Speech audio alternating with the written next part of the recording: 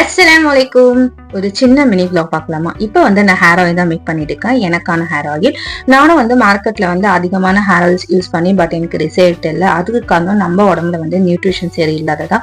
So நம்ம இன்டேக்கும் நல்லா எடுத்துக்கிட்டு பிளஸ் நம்ம வீட்டில் காய்ச்சினா ஹேர் ஆயில் யூஸ் பண்ணும்போது ரிசல்ட் நல்லா கிடைக்கும். என்ன மாதிரியே யார் வீட்லயே மேக் பண்ணி யூஸ் பண்றீங்க இல்ல மார்க்கெட்லயே நிறைய யூஸ் பண்ணி ரிசல்ட்டே இல்லாதவங்க கமெண்ட் பண்ணுங்க. நானும் தெரிஞ்சுக்கிறேன் எத்தனை பேர் என்ன மாதிரி இருக்கீங்கன்னு. இப்போ என்னோட பொண்ணோட ஹேர் பார்க்கும்போது ரொம்ப லாங் அவளோட ஹேர். பட் நான் அவ ஹேருக்கு எதுவுமே போடுறது இல்லை, வெறும் தேங்காய் நல்லா யூஸ் பண்றேன். பட் ஹேர் அதிகமாச்சு. நான் சின்ன வயசா இருக்கும்போது எனக்கும் ஹேர் ரொம்ப பெருசு. இப்போ எலிவால் மாதிரி ஆயிடுச்சு. ஸோ நம்ம நியூட்ரிஷன் சரியில்லாதத நம்மளுக்கு ஹேர் ஃபால் அதிகமா ஆகுதுன்னு இதுல இருந்து தெரியுது.